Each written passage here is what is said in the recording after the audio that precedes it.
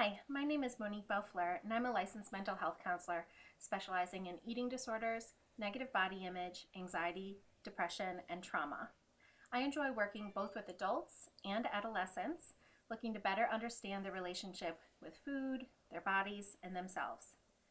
We live in a world that is very image-driven, that gives us a lot of confusing messages about health and appearance and what we should be doing and what we shouldn't be doing. And this can lead us to feel like we aren't doing enough, or we aren't worthy, or that we're not doing things right, which can ultimately lead to us feeling worse about ourselves, having worse self-esteem, greater anxiety and depression, and even developing eating disorders. I believe that eating disorders are coping mechanisms and that they exist for very valid reasons.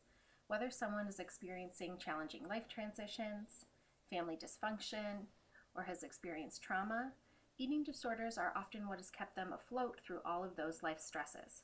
So it makes sense that someone might have developed an eating disorder, and it's certainly not their fault. I help my clients to better understand their eating disorders and develop an awareness around how the eating disorder has changed their thoughts and behaviors over time. And then we work together to start to help the client distance themselves from the eating disorder and instead shift to healthy coping mechanisms. I practice from a health at every size approach, which means that I believe physical and mental health can be achieved regardless of your body size, and that all bodies are good bodies. I help my clients achieve self-acceptance through self-compassion and self-care. I truly believe in that quote that no one ever hated themselves into loving themselves.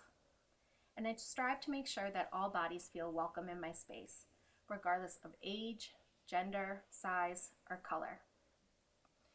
I really practice from the philosophy that eating disorder recovery is possible, and that means full recovery, and that we don't have to live a life of constant dieting, and that we can learn to accept ourselves and maybe even like ourselves through the journey.